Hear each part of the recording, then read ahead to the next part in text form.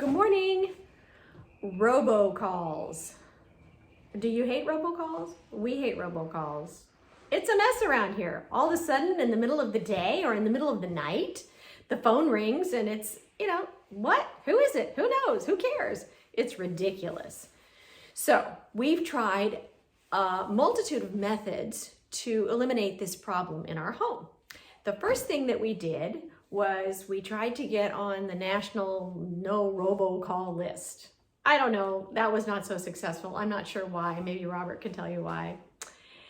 Then we decided we would pick up the calls and yell at people. And that was only marginally successful because it was very satisfying, but it really didn't do the trick. Then we decided to just not pick up, essentially. And so at all times of the day, we have people calling and having our system tell us, somebody from some other place is calling us. And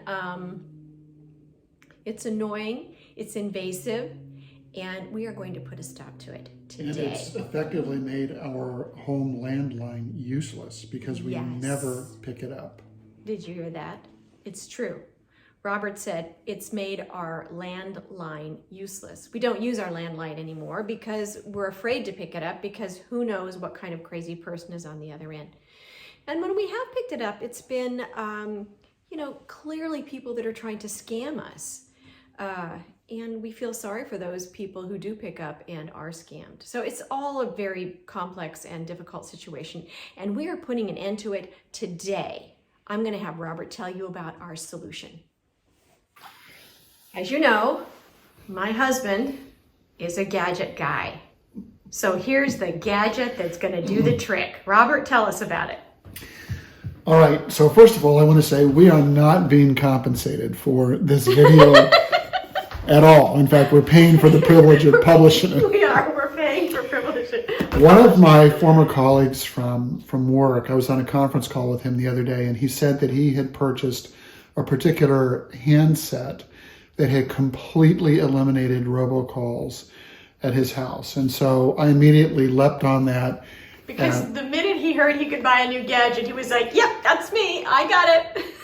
So what it is, it's a handset by VTech, which is a long-standing, well-known manufacturer of handsets and other electronic devices. We got this off of Amazon for about $120, $125. But the version that we got has the answering system with smart call blocker. And I'm going to unbox this for you in a moment and set it up. But what it does is you can configure it so that it will block all incoming calls, only robocalls, and then for unknown calls, where it can't decide whether it's a robocall or someone you might know, you can download from your phone your address book onto the phone, and it will selectively allow people that you know to get past the blocker. And then if it can't decide whether it's a robocall, somebody from your phone address list, it will allow them to say their name, press the pound button, and then, and only then, it rings through to your handset and announces in the caller's own voice that some person is calling and wants to speak with you. And at the moment, robocall devices cannot do that. They cannot respond to a voice prompt, press pound, and then dial through. So my colleague says that the combination of those factors has completely eliminated robocalls from his house. So I'm going to quickly unbox some of this. I'll get it all set up off camera, and then we will show you how it works. So this is the entire system. The first thing I want to say is 5 phones for $125. Wow. That's a good deal. Electronics have certainly gotten less expensive over time. How much did I pay when you graduated from high school and I got you a handheld little tiny calculator. I think you paid $75, which back then was... No, I paid $100 for a handheld calculator in 1974. It was the first Texas Instruments electronic calculator, and it could add, subtract, multiply, and divide. Yeah, that was it. For $100. Okay. In any event, there are five base stations. Each station needs to be plugged into an outlet so that the... Okay, we're having a malfunction here. It's okay. So you can see there's a removable battery pack here. Yep. So it's a 9-volt. No, it's a proprietary Oh, I see. battery. There are 5 batteries that come with the pack.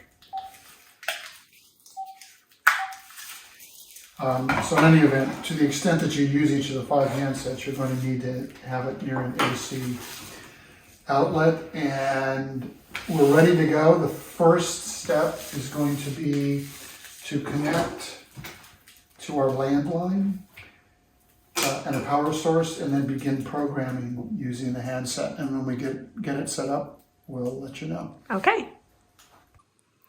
So this is the existing Panasonic handset that we have, which we've probably had for 10 years. So you can see how little phones have changed in that time from an external perspective. But this does not have Bluetooth. It is wireless. It doesn't have call blocking.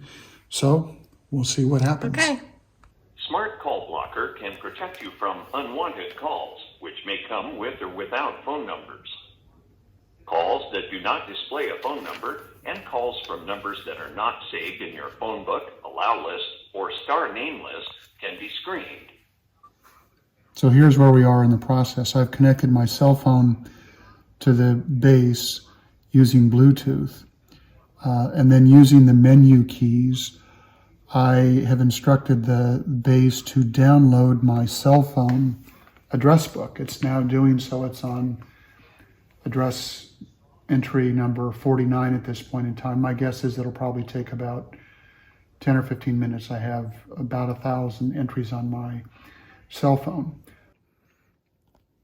All right, it's the end of the day. We've got it all set up. Now Robert is going to call the phone with a number that is not registered in the phone bank. Let's see what happens. Oh, there we go. Okay. Call from Robert Hubble. Call from Robert Hubble. I guess I'd pick up a call from Robert Hubble. But that's pretty cool. So here's the verdict. I dialed our home phone number. My call was intercepted because I had not yet entered my cell phone number into the phone book. It blocked my call and asked me to say my name, press the pound button, and then it rang through announcing who I was so that we could decide whether to pick up the phone. So it worked as advertised, and we've had it set up now for about 4 or 5 hours, and we've received no spam calls. So we think it's working. And P.S. Robert is a happy camper.